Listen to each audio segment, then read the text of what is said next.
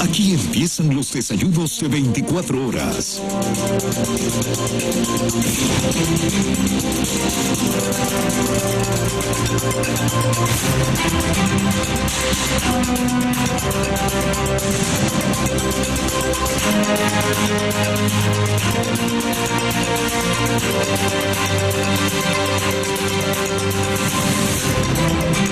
Damos la bienvenida en el estudio de los desayunos de 24 horas aquí en Guayaquil al doctor Francisco Huerta, analista político. Muy buenos días, gracias por estar acá. Buenos días, gracias por la invitación. Bueno, hay algunos temas que quisiera analizar junto a usted y que guardan relación con decisiones que ha tomado el actual gobierno. Quisiera empezar con lo que está pasando con miles de jubilados del país que están a la espera de que se les diga cómo y cuándo se les va a pagar esta compensación jubilar, que claro, viene de unos años atrás, que es una deuda que este gobierno heredó, pero que el mismo presidente Lenín Moreno se comprometió y les dijo, les vamos a pagar, y que ahora pues no encuentran la manera de poder cubrir esa deuda. ¿Qué lectura usted hace de este tema? Desgraciadamente, son jubilados sin júbilo, como acabo de escribir.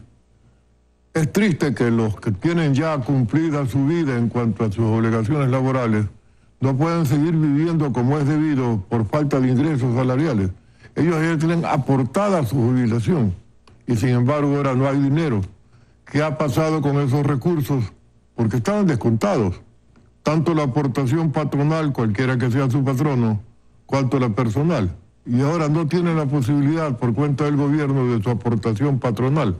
Pero esta es una situación que se viene arrastrando. Este gobierno ha sido enfático en decir, eso lo heredamos y estamos viendo la manera así de compensar y de cubrir eso ahí. Y ahora al punto se analiza el hecho de que se pide una colaboración a todos los ecuatorianos, como se lo hizo cuando fue el terremoto del 16 de abril. Y ahí viene la pregunta, ¿es justo que todos los ecuatorianos cancelemos algo que usted acaba de explicar? Hay un dinero que estaba ahí, pero que fue despilfarrado. Asaltado incluso, porque parte de lo que le ocurre al seguro, que también tiene viejos antecedentes, es el asalto de sus recursos por parte de las últimas administraciones, pero toleradas ya en el actual gobierno cuando se hacían denuncias de que la institución estaba quebrada. Yo no creo que hay cómo negar el pasado, pero tampoco puede servir como instrumento para evadir responsabilidades en el presente. La situación del seguro social se la conocía, la de los jubilados también. Había que haber tomado las previsiones para cancelarla, porque si no se las tomó, es que no se pensaba pagarlas, no se pensaba honrar con un compromiso que es obligatorio y serio. Ahora yo creo que hay varias formas de buscar un arreglo con los jubilados. No creo que con bonos, porque eso no se lo recibe nadie o se lo recibe con descuento. Pero ayer hubo una cadena, precisamente una cadena nacional, donde el gobierno explicaba dónde pueden ser utilizados esos bonos, que hay empresas que incluso los compran, dándoles a entender a los jubilados que esta podría ser la opción. Pero mejor haga un plan de pagos a plazo y vaya en la alícuota que le corresponde cada mes agregando un volumen de dinero para ir compensando lo que se debe. Esto sería más provechoso para los jubilados y todo el mundo en paz. Pero una buena señal es que haya la intención de cumplir con ese pacto. Sin duda, eso parece que no se niega. Ahora, lo que pasa es que también cuando se hizo el ofrecimiento por parte del presidente Lenín Moreno, él en ese momento barajaba la opción de que ese dinero sea cubierto con lo que se recuperara a través de los procesos que se siguieran en torno a casos de corrupción del país. Pero lo cierto es que esos casos de corrupción, muchos todavía están en una fase de indagación y no logran pues despegar y no dejan un resultado más allá de estar expuestos en la palestra pública. Hay una falta de fiscales reconocida por la misma institución, mínimo hace falta 500 fiscales. Como digo, no se prospera con las causas, entonces, ¿cómo se puede pretender recuperar un dinero? Y la Comisión Internacional que habíamos venido recomendando, tipo Guatemala, no se quiso constituir, se demoró su constitución y ahora tenemos una que es un remedio de lo de Guatemala, que ya va a presentar o va a presentar un informe que nadie conoce todavía. ¿Por qué lo califica como un remedio, doctor? Porque no era exactamente lo mismo, no tenía las mismas capacidades que la comisión que estuvo trabajando en Guatemala. Pero duda de la capacidad o del trabajo, del resultado que puedan dar. No, duda del resultado en términos, por ejemplo, de acelerar la posibilidad de recuperar recursos robados. Y desgraciadamente no nos interesa solo la sanción, también nos interesa la recuperación. Claro que la sanción ya es algo frente al marco de impunidad que estamos viviendo, pero día tras día se suceden los acontecimientos y nos brindan arroz de todos los colores, pero no se recupera el dinero Bueno, pero Claro. cuando uno consulta a alguno de los funcionarios de gobierno sobre ese tema, ellos dicen que sí se ha logrado recuperar y son alrededor de 14 millones, lo proveniente del señor Topic, esa devolución de ese dinero. Eso no fue recuperación. Claro, y sumado a Eso fue alguna venta de devolución. algunos bienes. Pero entonces tengan allí recursos para pagar a los jubilados. Pues no alcanzan, No son suficientes. por supuesto. Entonces hay que buscar en otra parte y buscar en el propio presupuesto. Porque nos entra una duda. Hemos tenido diversas opiniones sobre la magnitud de la deuda. ¿Incluía esta a los jubilados el tope que nos plantearon? Ya fue mérito que tengamos alguna cifra, pero seguimos jugando con las cuentas nacionales al gusto y eso no puede ser.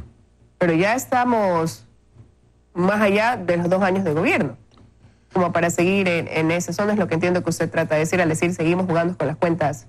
Es que ya tenemos que tener las cuentas claras para que el chocolate sea espeso. Pero siente que no están esas cuentas claras después de que se reconoció que no quedó la mesa servida, que afrontamos una crisis económica fuerte, después de que se ha ido informando al país de cuál es esa agenda en materia económica que se va a seguir, después de que han regresado los organismos multilaterales de crédito demostrando confianza en el país. ¿Siente usted todavía que falta transparencia en ese sentido? La confianza ha vuelto, pero la transparencia no está del todo.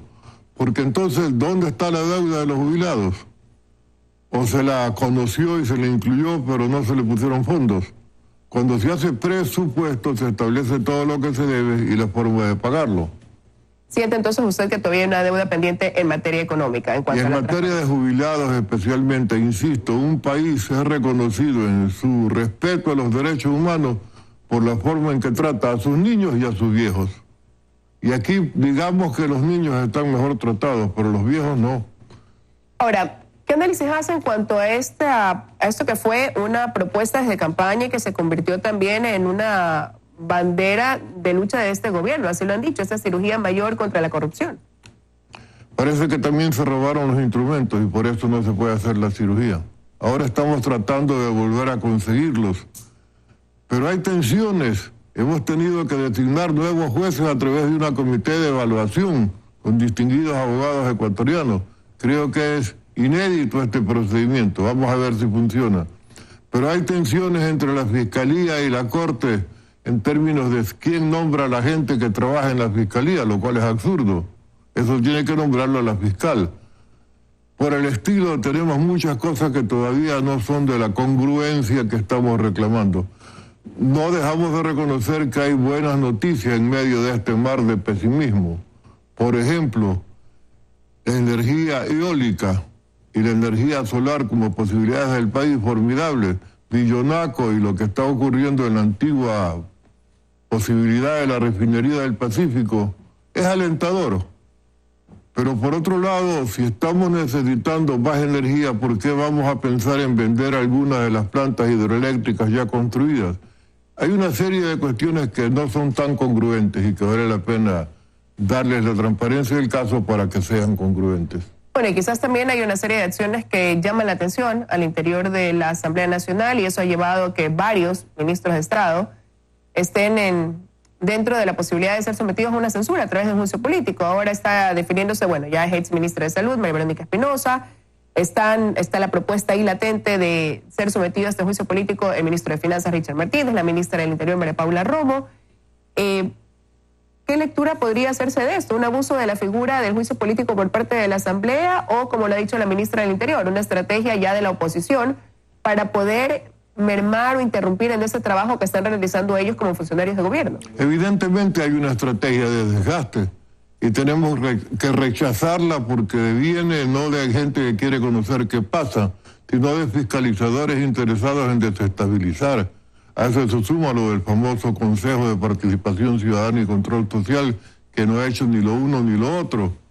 Entonces, por eso Trujillo quiso desaparecerlo a pesar de haberlo manejado. Y en esa línea el país no avanza todavía en la dirección y con la velocidad requeridas. Pero ¿qué pasa con salud? Ya salió la ministra Espinosa. ¿Y quién está? Alguien de su equipo. ¿Y por qué no nombra un nuevo ministro? Hay distinguidísimos médicos ecuatorianos que podrían hacerse cargo de ese ministerio trascendente. No puede haber encargados en el Ministerio de Salud cuando se habla de que se compran medicamentos falsificados o a punto de caducar. Y un largo etcétera en la construcción hospitalaria. Y eso además tiene que sancionarse. No nos basta la salida de la ministra, Clara, es un avance. ¿Cuánto se demoró el gobierno en tomar la decisión? Y ahora como que sigue protegiendo sus espaldas con gente que tiene los mismos antecedentes que ella y las mismas razones para salir.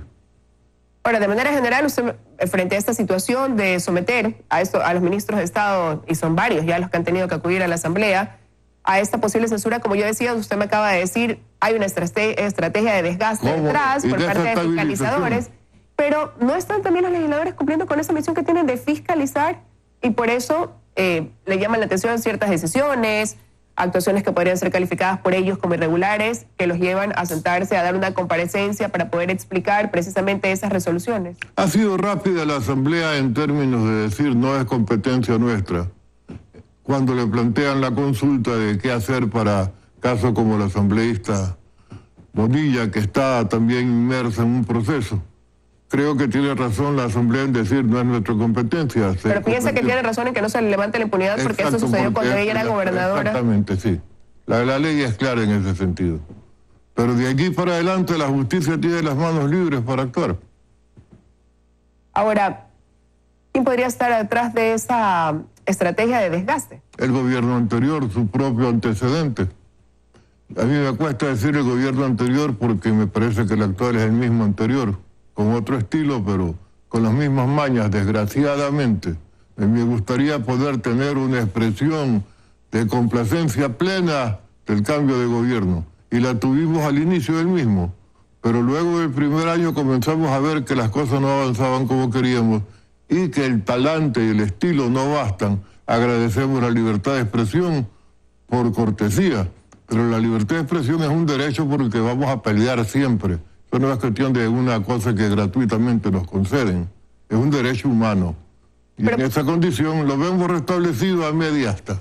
Pero puede interferir en ese poco avance o en eso de irnos deteniendo el hecho de que en el camino se va encontrando tanta corrupción vinculada con los 10 años de gobierno anterior y hace que se centre la atención quizás en eso en lugar de avanzar en resolver los problemas que ya veníamos arrastrando incluso. La tragedia es que la anticorrupción se haga como entretenimiento y por eso se dosifique su manejo.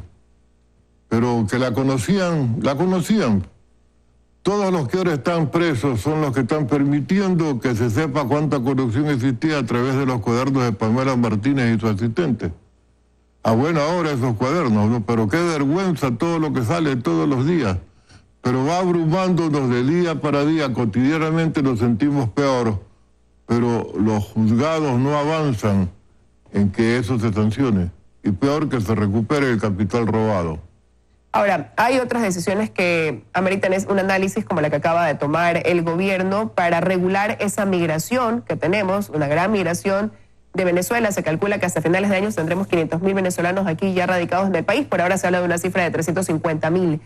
Esta decisión de otorgar una visa humanitaria gratuita con una prórroga de 2 años y de hablar también de imponer una visa para los que vengan, ingresen de ahora en adelante, ¿es una decisión que está tomando el gobierno desde su punto de vista, doctor, a tiempo o ya a destiempo, debido a que ya tenemos más de 300,000 venezolanos? Yo creo que hubo consideraciones humanitarias para una vez que se lo tomó, se la quiso tomar antes, se la revocó porque es difícil conseguir un pasaporte en Venezuela.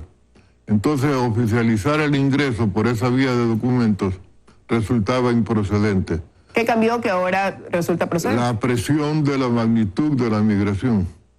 Cada día vemos más venezolanos en las calles de Guayaquil y de todas las ciudades del país.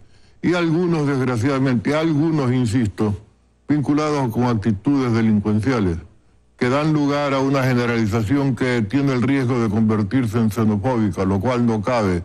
Yo he sido embajador en Venezuela en otro momento y conocí la magnitud de la colonia ecuatoriana en Caracas y varias otras ciudades de este gran país, que también migraron por razones de diversa naturaleza política y económica cuando Venezuela era una potencia petrolera.